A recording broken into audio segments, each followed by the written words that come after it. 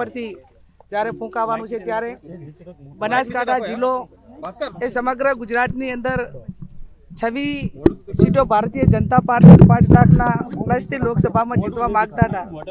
એ ટાઈમે પણ મતદારોએ બનાસકાંઠાના મતદારોએ એ કોંગ્રેસ પાર્ટીની વિચારધારાને અને વર્તમાન જે ગુજરાત સરકાર હોય કે કેન્દ્ર સરકાર હોય એ લોકોના કામો કરવામાં ઊણા ઉતર્યા છે। એમનો જે એજન્ડા હતો એમાં ક્યાંક ને ક્યાંક ઊણા ઉતર્યા છે ને એના કારણે લોકસભામાં પણ આશીર્વાદ આપ્યા હતા અને આ પેટા ચૂંટણીમાં અહીંયા પુનરાવર્તન કરીને કોંગ્રેસ પાર્ટી વા વિધાનસભામાં હેટ્રિક મારશે અને કોંગ્રેસના મતદારો સર્વ સમાજના મતદારો કોંગ્રેસ પાર્ટીના ઉમેદવારને આશીર્વાદ આપશે અને કમળ ઉપર ગુલાબ ભારે પડશે અને અમારો જે વિજય છે એ નિશ્ચિત છે। આ મતદાનના મથકોની મુલાકાત લેતા અને મતદારોનો ઉત્સાહ જોતા એટલે 23 તારીખે પરિણામ આવશે ત્યારે અમારો વિજય વરઘોડો અને અબીલ ને ગુલાલના જશના ભાગીદાર એ વાવ વિધાનસભાના સર્વ સમાજના મતદારો થશે એવો મને મારા મતદારો ઉપરના વિસ્તાર ઉપર પૂરો છે।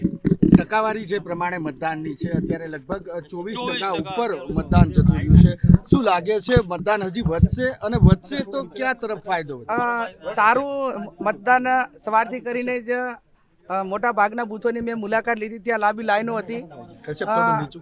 25% જે ઓલ ઓવર મતદાન છે પણ એ અત્યારના સમય સુધી ખૂબ સારું કહેવાય।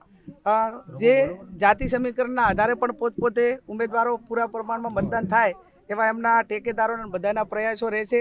એટલે હું માનું છું ત્યાં સુધી આ વખતે 80%ની આસપાસ એ ઓલ ઓવર મતદાન થશે એવી મારી એક ગણતરી અને માહોલ જોતા અને જે પરંપરા રહી છે કે સામાન્ય ચૂંટણીમાં પણ 75% જેટલું મતદાન કાયમી રહેતું તો 5% મતદાન આ વખતે વધશે એવું મને પોતાને લાગે।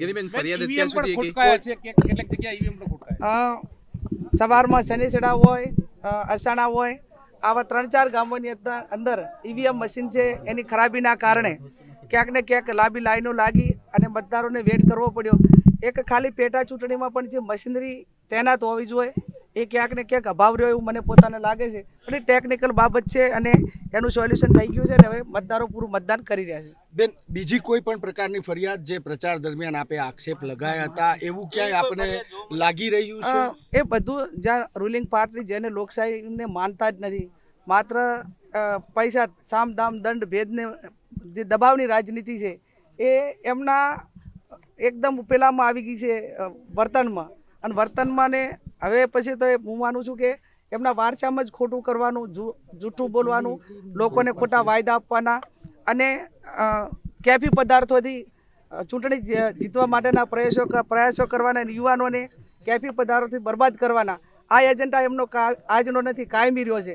પણ એ બધું ઉપરાંત પણ આ વિસ્તાર કાયમી કોંગ્રેસનો ઘટ્યો છે ને આ વખતે પણ રહેશે। ક્યાંથી ફરિયાદ કરી છે? બૂથ કેપ્ચરિંગ કે બીજી કોઈ ફરિયાદ આપને મળી? એવું થાય એવું એટલા અમે અસક્ષમ નથી। અમે અમારા બૂથો ઉપર લડવા માટે તૈયાર છીએ। અમારી જે કાર્યકરો બધા ઈમાનદારીથી મતદાન કરી રહ્યા છે અને કોઈ બૂથ કેપ્ચરિંગ કરે એટલું બધું અમે પણ કમ નથી એમ।